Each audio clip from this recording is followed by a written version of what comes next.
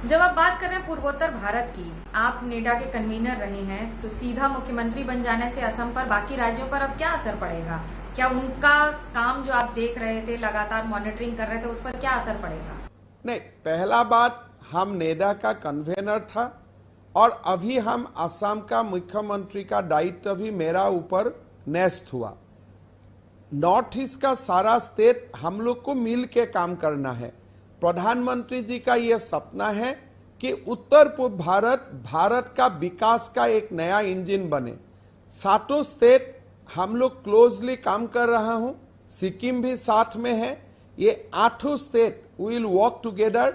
और जैसे कोविड का समय हम पारस्परिक सहयोगिता कर रहा हूं, ऐसे टूरिज्म का क्षेत्र में, कनेक्टिविटी का क्षेत्र में, लॉ एंड ऑर्डर का इश्यूज में हम लोग को मिल के अगर हम लोग काम करता हूं तो बहुत जल्दी हमको कुछ ना कुछ सॉल्यूशन मिलेगा, हम लोग को तरक्की मिलेगा। असम का मुख्यमंत्री होने का साथ साथ मैं नेडा का भी दायित्व मेरा ऊपर न्यस्त है, तो इसीलिए मुझको लगता है कि असम का साथ कोऑर्डिनेशन ये अच्छा होगा और हम लोग पूरा नॉर्थ ईस्ट एक साथ होके प्रधानमंत्री जी का सपना साकार करने का काम करेगा। अरुणाचल में पेमा खांडू और मणिपुर में एन बीरेन सिंह के बाद आप तीसरे कांग्रेस से आए हुए नेता हैं जो बीजेपी के मुख्यमंत्री बने हैं, बीजेपी की सरकार में। ऐसी क्या जिद थी कि जो पार्टी को सोनवाल साहब का चेहरा लगाकर भी उन्हें कि आपको मुख्यमंत्री बनाना पड़ गया? क्या आपकी जिद थी? राजनीतिक गलियारों में ये चर्चा रही है। देखिए, असम में बीजेपी में जो भी है, सोनवाल साहब बीजेपी में एजीपी से आया था और मैं कांग्रेस से आया था। अंतर यही था कि सोनवाल साहब 2 साल पहले आया था, मैं 2 साल पीछे आया, लेकिन हम लोग मिलके बीजेपी को कुछ ना कुछ कंट्रीब्यूट करने के लिए, बीजेपी का ग्रोथ में कुछ ना कुछ कंट्रीब्यूट करने के लिए हमने दोनों ने भरपूर प्रयास किया। चुनाव आया, चुनाव का बाद हमारा नेतृत्व ने यह निर्णय लिया कि मुझको असम संभालना है और सोनवाल जी को और अलग कुछ काम करना है। तो ये एक पार्टी का फैसला है, पार्टी का सामने कोई जिद नहीं करता है। मनोज्ञ, आपको मालूम होगा 2019 सन में मैंने पार्टी का सामने दरखास्त किया था कि मुझको एमपी चुनाव लड़ने का मौका दीजिए। पार्टी ने बोला कि हेमंत तुम नहीं लड़ सकता है। हमने कुछ जिद भी नहीं किया। तो ये बीजेपी एक परिवार है, यहाँ में जीत का कोई स्थान नहीं है। यहाँ में दायित्व दिया जाता है और आपको दायित्व को निर्वहन करना पड़ता है। बंगाल में बीजेपी की हार हुई है, दायित्व तो कई लोगों को मिला था, लेकिन अभी जो स्थिति है कि बंगाल से बीजेपी के कार्यकर्ता असम जा रहे हैं, कैसे देखते हैं आप इस स्थिति को? पहला बात, बीजेपी का हार तो मैं नहीं मानता हूं। 3 से बीजेपी 75 का संख्या पार कर लिया। एक सिटिंग चीफ मिनिस्टर को बीजेपी ने डिफीट किया अपना कॉन्स्टिट्यूएंसी में। मेरा लगता है ये बहुत बड़ा पॉलिटिकल हमारा अचीवमेंट है। एक एक्सपेक्टेशन था लोगों का कि बीजेपी सरकार बनाएगा, लेकिन अगर आप पॉलिटिकल रियलिटी आप देखें तो बीजेपी 3 से 80 तक पहुंचा। एक ममता बनर्जी जैसा नेता को हमारा नेता ने हरवाया। तो मेरा हिसाब से बंगाल का जो स्थिति है, बंगाल का जो राजनीति है, जैसा जनसंख्या जो पॉपुलेशन पैटर्न का जो एक दबाव है, उसी का विद इन दैट मेरा लगता है कि बीजेपी ने बहुत अच्छा परिणाम दिया है और ये तो सेमीफाइनल है, आगे हमारा प्रयास चलते रहेगा। लेकिन जो लोग बंगाल छोड़कर हिंसा की तस्वीरों को देखा है, आपने ट्वीट भी किए हैं, आपने बोला भी है इस पर, कैसे देखते हैं कि बंगाल में हिंसा के बाद लोगों को बंगाल छोड़कर असम जाना पड़ रहा है, खासतौर से कूच बिहार, अलीपुरद्वार इलाकों से?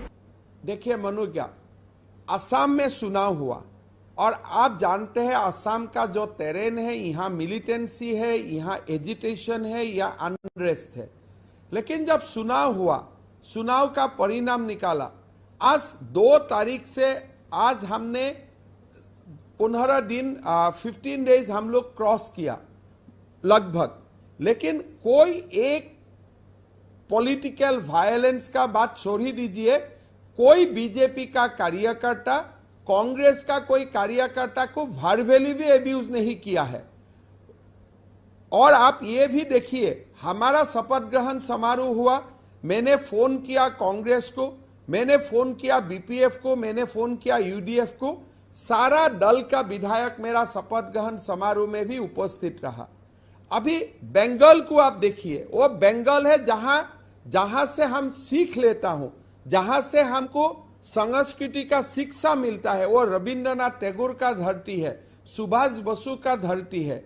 लेकिन उस धरती में जैसे चुनाव का नतीजा घोषणा होने का बाद जो कांड लोगों ने देखा, जो बीजेपी का कार्यकर्ता का ऊपर जो एट्रोसिटी हुआ, महिलाओं का ऊपर जो बलात्कार का एलिगेशन आया, ये बहुत ही दुखदायक है। और आज मैंने as a Assamese, as a citizen of Assam में बहुत ही गर्व अनुभव करता हूं कि चुनाव का बाद हमने डेमोक्रेटिक इथोस और वैल्यूज को मेंटेन किया। बंगाल हमसे बहुत बड़ा स्टेट है, बहुत डेवलप स्टेट है, एक बहुत बड़ा सिविलाइजेशनल हिस्ट्री है बंगाल में। लेकिन डेमोक्रेसी का बारे में, अगर डेमोक्रेसी का आज कोई कंपटीशन होता था तो असम बंगाल को डिफीट करके बहुत आगे निकाल गया।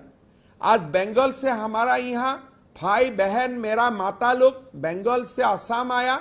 हमने जितना संभव होता है असम सरकार का ओर से हमने वो लोग को शेल्टर देने का, वो लोग को एक घर जैसा परिवेश में वो लोग को रहने का व्यवस्था करने का हमने प्रयास किया। और मेरा मानना है कि बंगाल सरकार मेरा भाई बहन माँ बाबा को अपना घर तक ले जाना चाहिए, ये उनका रेस्पॉन्सिबिलिटी है और ये रेस्पॉन्सिबिलिटी उनको निर्वाहन करना चाहिए। धन्यवाद हेमंत बिस्व शर्मा जी। मुख्यमंत्री पद के लिए अब नई चुनौतियों के साथ कोविड काल में आपने दायित्व लिया है। आशा करते हैं असम में कम से कम लोगों को सुविधाएं पहले से कई गुना ज्यादा मिलेंगी इस नई चुनौती के साथ आगे निर्वाह करने के लिए। बहुत बहुत धन्यवाद। देश और दुनिया की बाकी खबरों के लिए आप देखते रहिए एबीपी न्यूज।